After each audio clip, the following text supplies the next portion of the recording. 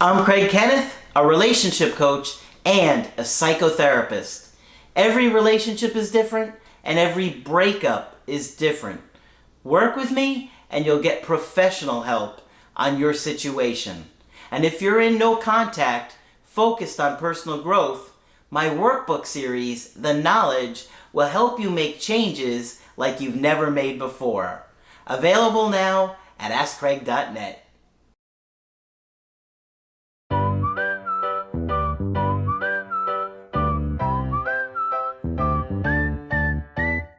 Hi there, I'm Coach Craig Kenneth. And I'm Coach Victoria. And in this video, we're going to be talking to you about my ex said they'll never contact me again. Never again? You know, sometimes after a breakup, we get a little bit pushy with our ex. We want to talk to them. We want answers. We want to try and fix things. And they get more and more angry. And they get to a point where they're never going to contact you again. Mm-hmm. That's it. And they say things and you are so scared that they mean it. Yeah, and they get to a point where they will say anything just to get you off their back. That's so true, because we get relentless in these situations because everything inside of us wants to fix it. But when we push, it actually makes things worse. Exactly. But it's so hard because it's our biology telling We're us anxious, stay connected to our loved ones. So it's really hard to do, especially when you've got insecurities and attachment issues. Mm-hmm. But we got an email coaching today where somebody said they're never going to contact me again. And you may have heard that from your ex. If you did, share it and then let us know if they did contact you, right? Yeah. Because I think most of the time when somebody says it, they don't actually mean it. A lot of times it's out of emotion, it's out of anger, it's out of wanting space. Yep.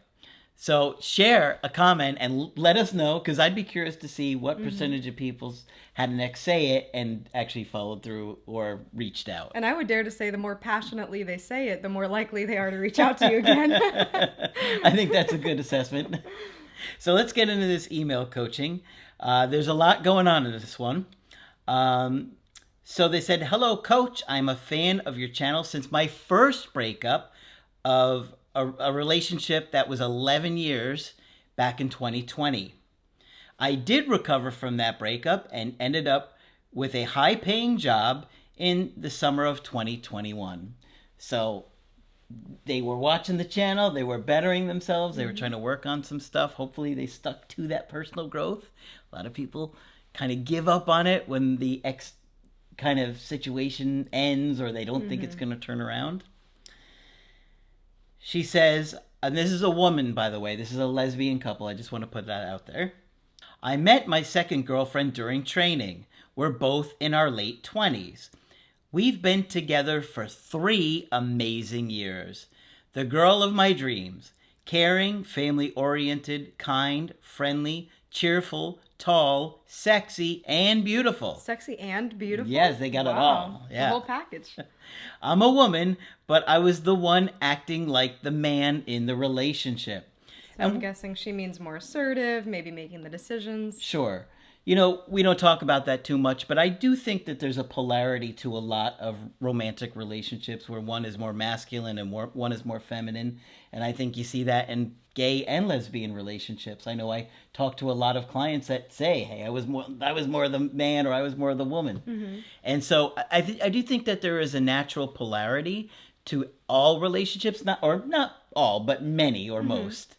So the interesting thing that I have seen in situations like this is when you have someone that is, quote unquote, the man in the relationship, if they do those insecure behaviors that look needy or pushing, it tends to push away the one that's more feminine in the relationship. I see it typically having to do more with attachment styles. Mm-hmm. You can see how people can get triggered. Certain people act a bit more avoidantly.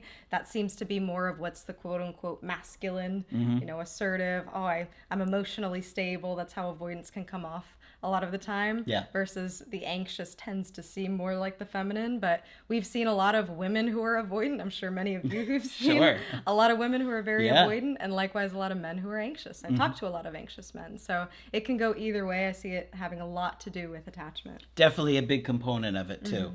But people sometimes say, how come you guys don't talk about the polarity? And I thought it'd be good to talk about it here and there when it comes up or where we see that it's relevant. Okay, so she said, we decided to be in a relationship in the summer of 2021. The first year is long distance because we have a different training site.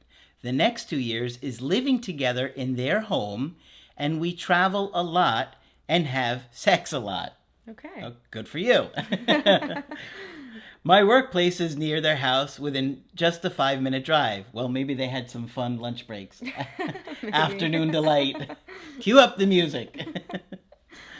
Her siblings were all mothers already. My ex is the only one that's single. Okay, so maybe there's some kind of pressures there or expectations. Sure. Or... And we're going to see some major things coming up right here. The eldest sister has 5 children with different fathers. Now, I don't know if it's 5 different fathers or not.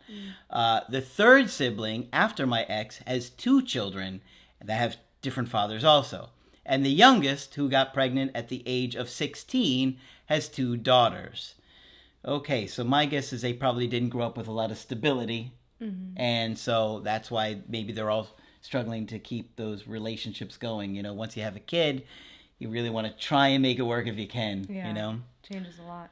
But there's a lot more that's going to come out of this, as you're going to see.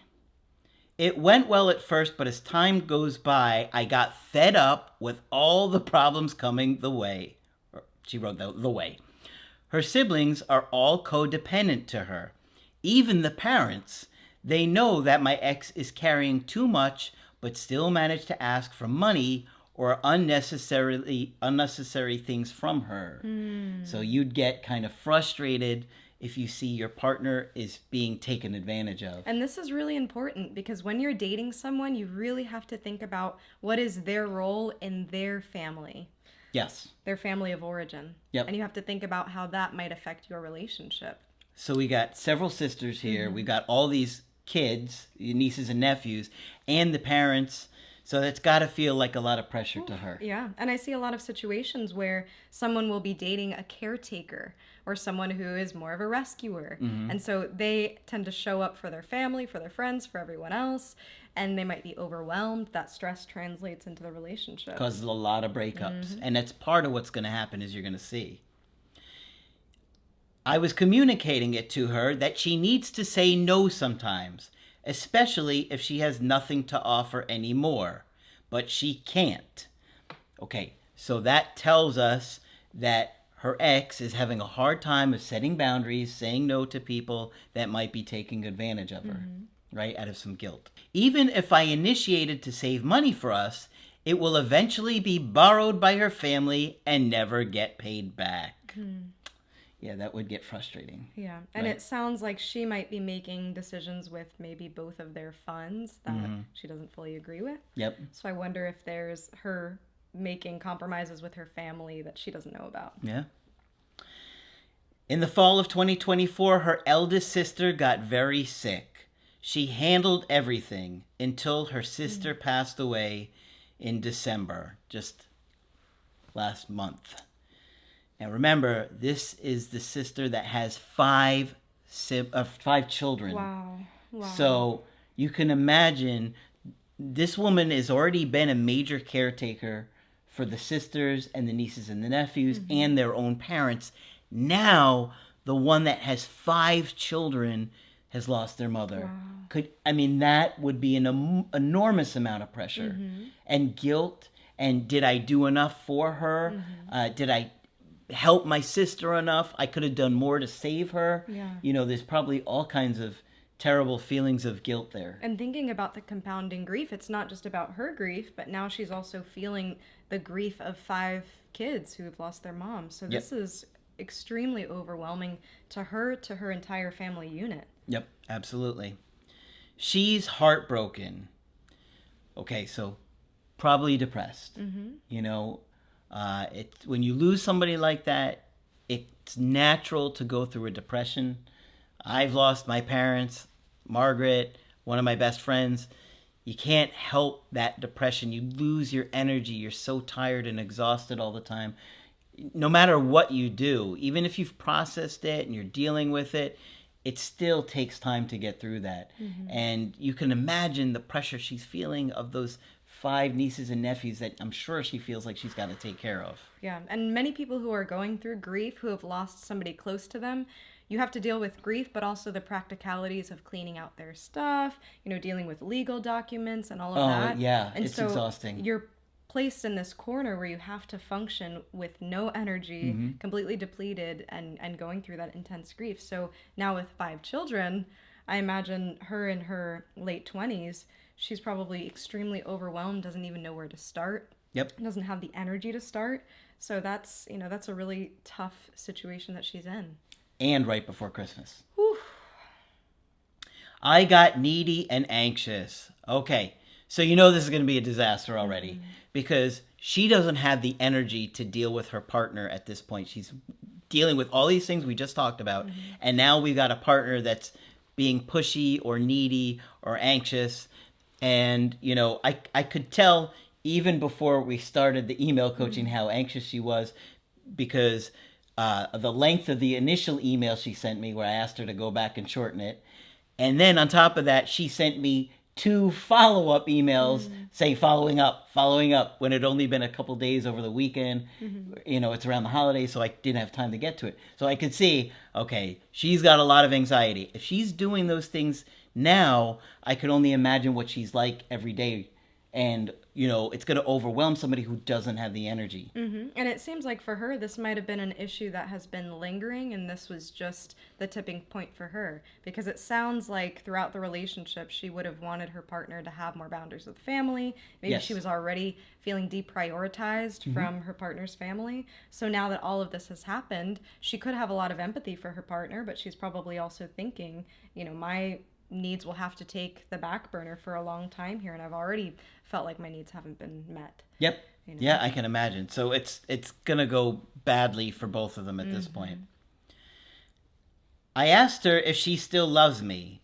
She'll say yes, but she can't find happiness with me anymore. And you guys also have to remember that somebody who's going through grief, they cannot think straight. And I see this in a lot of couples. As many of you in this kind of a situation, you'll try to get clear answers from somebody who is going through a life crisis. And the analogy that I can think of, it's kind of like if you're juggling 10 things at one time and somebody's, trying to squeeze a math problem out of you. You're gonna, I don't have any space to think about it. I don't know what to tell you. So a lot of times you will get an answer that you're not satisfied with, and you will take that to heart. You will take that so personally, and you don't realize that this person is not in the mental state to think clearly at all. This is why you have to work on your attachment issues, because when you do, you're more centered and you realize what someone is going through, and you can be a lot more empathetic and compassionate towards them and put your own needs aside for a bit, which you'd have to do for somebody if you're going to stay in a relationship with someone that's going through this. One night, about a week before Christmas, I was sleeping when suddenly she went to bed wasted. I'm not a drinker. I don't like the smell of alcohol. You could already hear there's some anger here. I could see it's going to cause a big fight. I got angry with her for waking me up. Yeah, but I think it's more than... I think the anger was already building about the family's taking advantage of her. All this stuff is already bothering her. And now, boom. Yeah. Right? And She's I will tired. say, too, they had been together for 3 years. So I imagine that she knew the sister somewhat. Part of my thought here is she might be feeling this grief vicariously through her, and maybe her response is more irritability that's coming from this. Sure. And plus she was trying to sleep, so people are tired, they're irritable, She went to the floor and slept. I got angrier, but still managed to hold her sleep beside me. We hugged each other. I can't sleep. The next day, this is how she's writing, by the way. Guys, you could put sentences, making it flow nicely for Coach Craig. So I look like I know how to read. It would help. Oh, goodness. Craig wants it in MLA format. I want citations, quotes. Times New Roman. No. Palantino. Palantino, excuse me. Size 14 font. We hugged each other. I can't sleep. The next day, I released my anger. I asked her why she got wasted like that and didn't tell me that she's going to get to drink. I told her I'm tired and I want to rest since I need to report for work. She got angrier and cursed me. She asked me to go because I'm already late. I left and cried. I don't know what to do. I didn't send her any messages. Then she decided to end things through chat. Things had been building up. Tempers were flaring, and it escalated. She said she can't do it anymore. The burial, the financial struggles, the loss, the responsibilities, and me as another problem that she will carry. Yeah, see, you're the one that's expendable, unfortunately, in this situation. That's how she's going to see it. Because the burial, you can't make that go away. The financial struggles, you got 5 kids that lost their mother. You got to pay for the burial, all the stress that goes along that. The loss, the responsibilities. You're the one that's expendable in that situation. And because you're not being supportive in the way that she needs, you're kind of draining the energy, wanting her to soothe your own anxiety. You're going to be cut off. Right. And it would be very different if this person was, a heavy drinker or would always use alcohol to cope. This is somebody who is going through, once again, a life crisis. So it seemed like one night she had too much. She had too much to drink, and that was her method of coping. Yeah. And her response was to shame, to say, I can't believe you've gotten wasted and didn't consider me, when this was coping for her pain. Yeah. So I just imagine that kind of added to the pain, and for her was way too overwhelming. Yeah, it's a lot. I mean, just losing your sister would be bad enough, but knowing that they have 5 kids that need to be taken care of from now on. And imagine if the response was, what's going on, honey? You typically don't drink like this. I can see that this is really difficult for you. Tell me what's happening.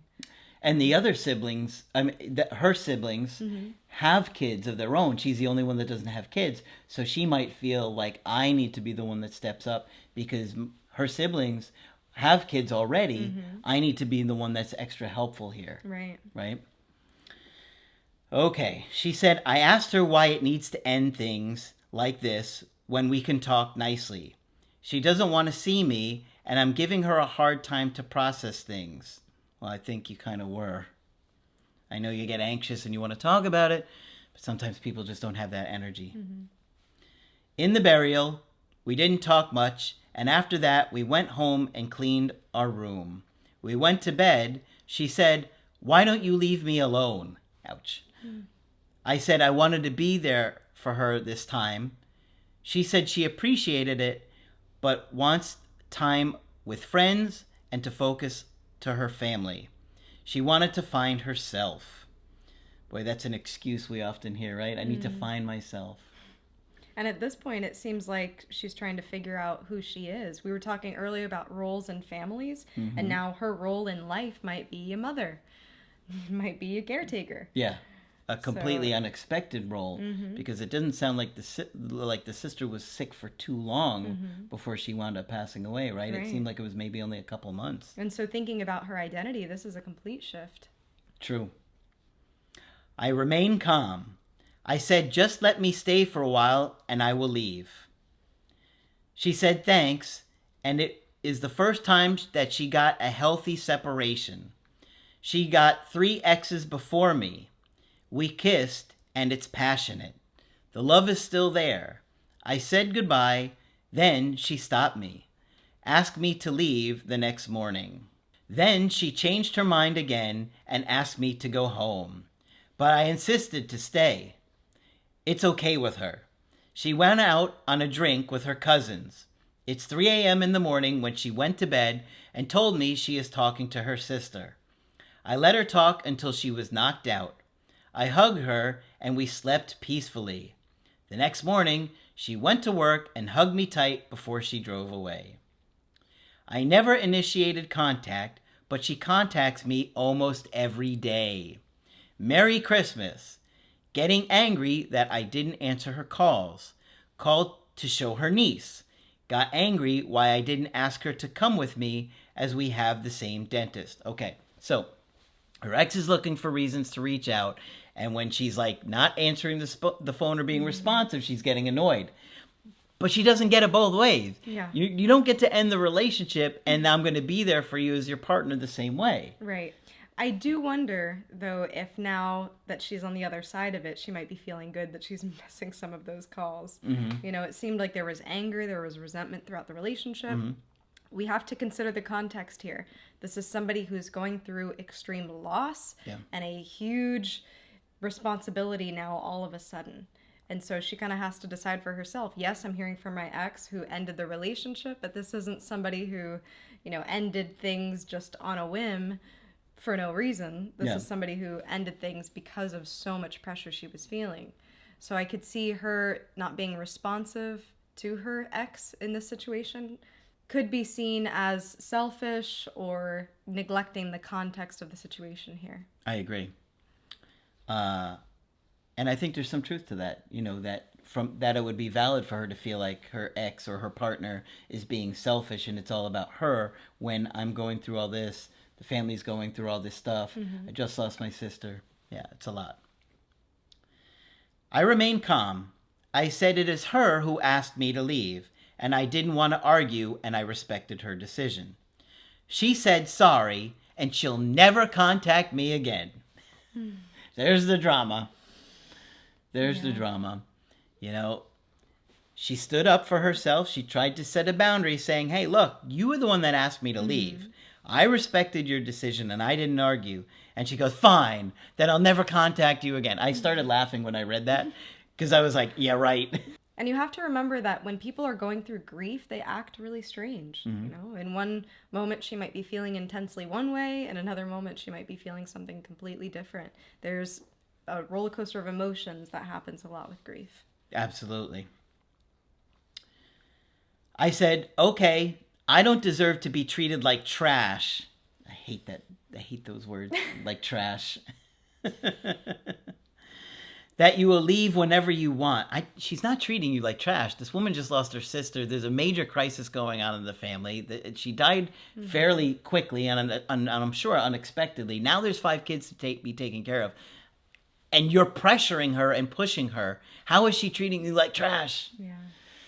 It kind of makes me mad, right? It makes me mad. It makes me mad for this woman that's going through all this stuff, right? To be saying, oh, you're treating me like trash.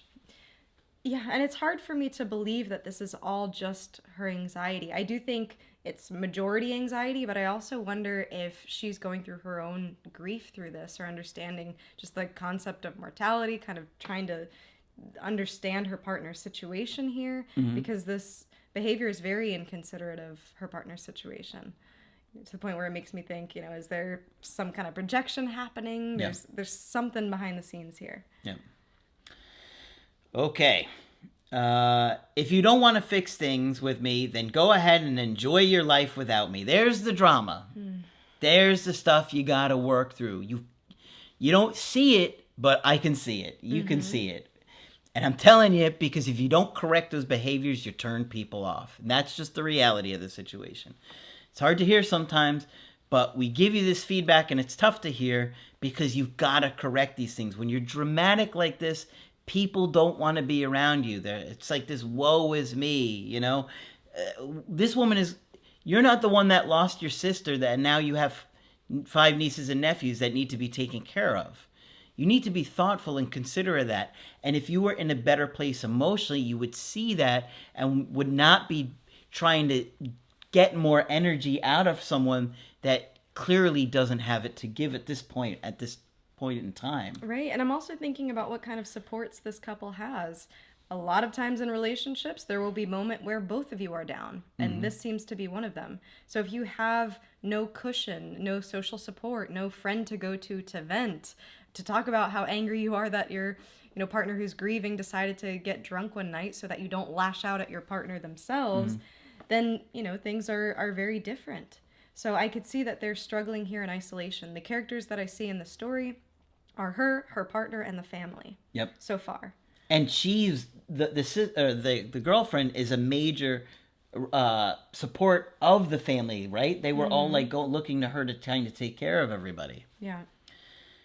So she's already being drained by a lot of people that she feels like she has to take care of. And I also wonder, just in the greater span, about resources for this family. Are there other family members that could help or, decide to contribute in some way? Are there organizations or resources that can kind of come in and provide some support here? I know that a lot of faith organizations will step in and provide care in cases like this. So that's just one major lack that I see in this whole situation is more support from other sources. Yep. And she should be a support, but it's not coming across as a support. You're coming across as draining to her. And like I said and explained earlier, you're the expendable thing in this situation. Right. It's tough to hear, but what else was she going to cut out? The funeral expenses, the taking care of the nieces and nephews? Like, honestly, think about it. And she's kind of playing like the victim here. I love you, but I don't deserve this. You're acting like the victim. I know it's tough that she's breaking up with you, but had you been more of a support system and not trying to push her for things when she doesn't have the energy, I don't think she would have broken up with you here. Just contact me if you change your mind. Take care. She didn't reply. Now remember, she had already said, I'm never going to contact you again. Which is what I laughed at when I was even doing the coaching. I was like, yeah, right. I said to myself. And here we go. The next day, I went hiking with my friend. No chats.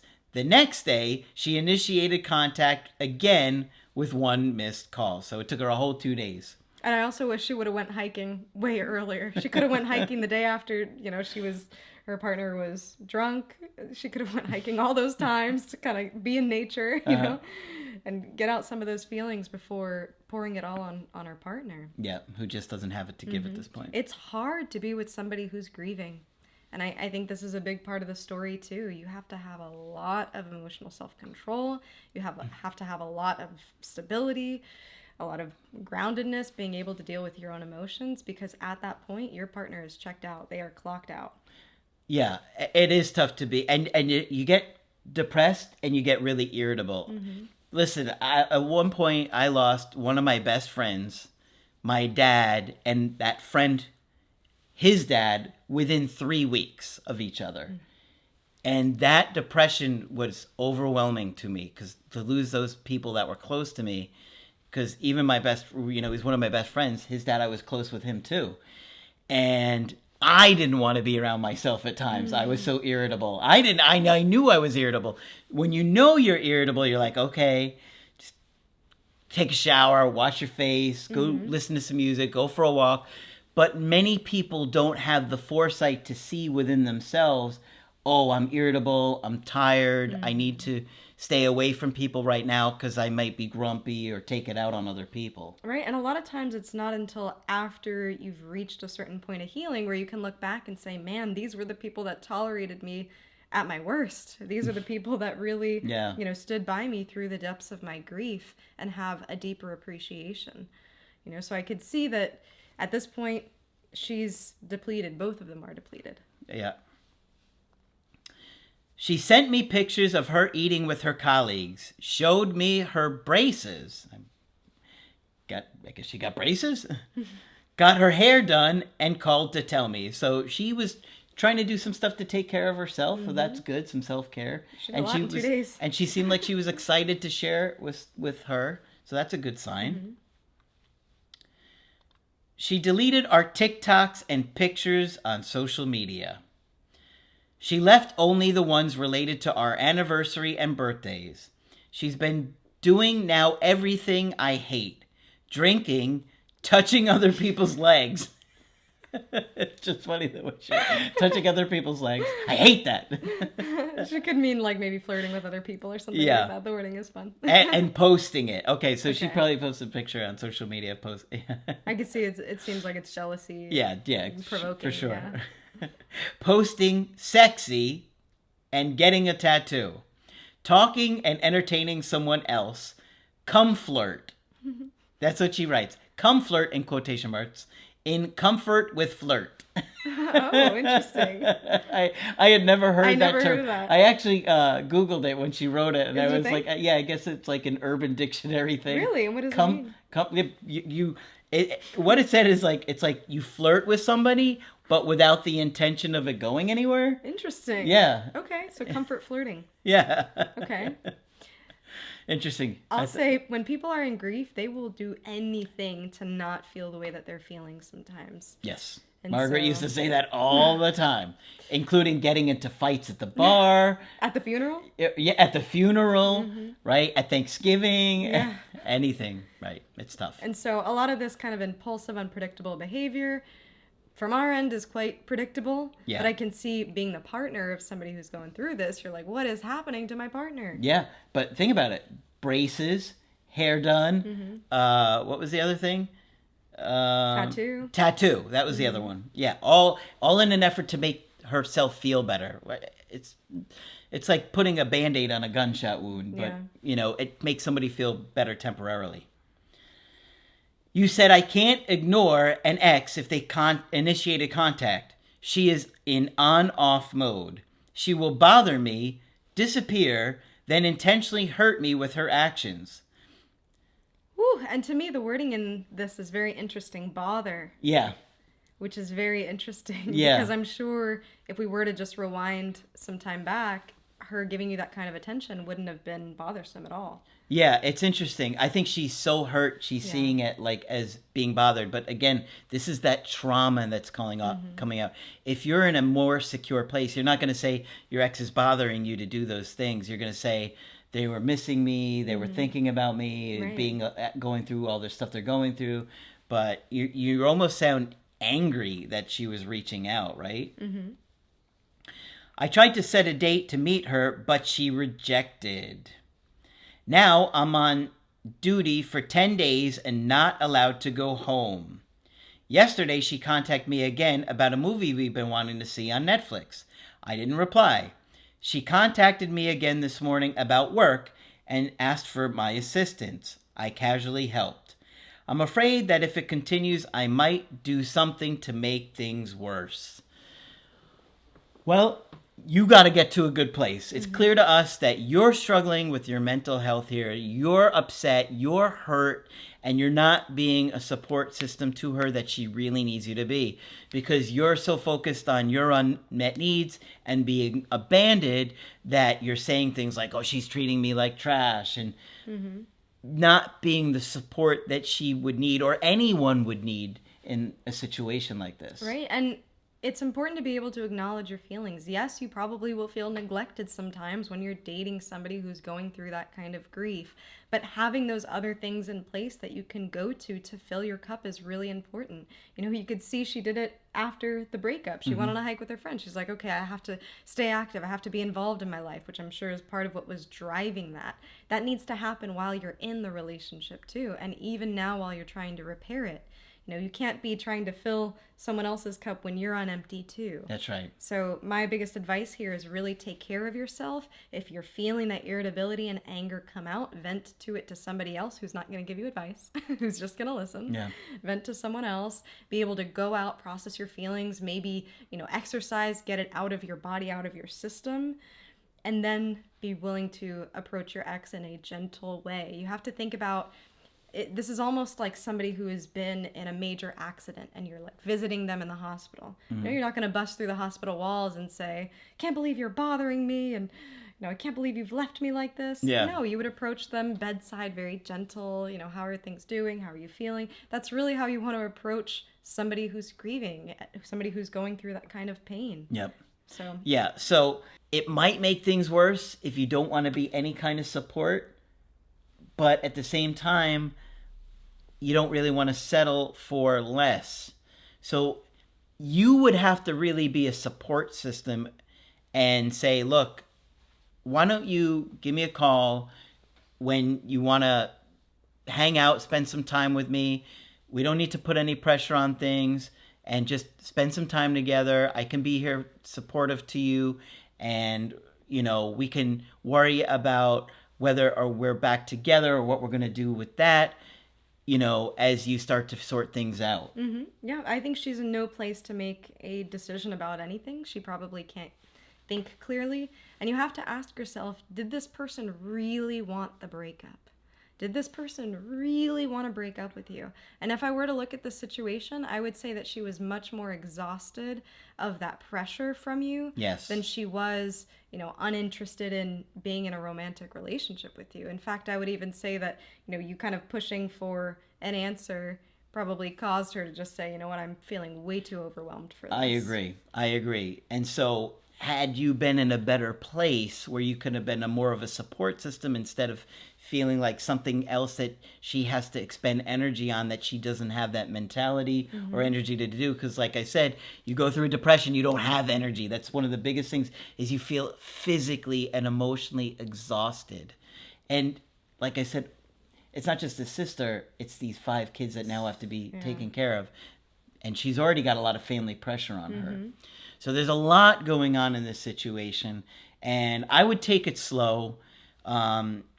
Obviously, she could do a lot of acting out too right now. And you don't really want to be trying to repair things when somebody is acting out like that, because it's not going to go well. Yeah. Yeah. So a lot going on here.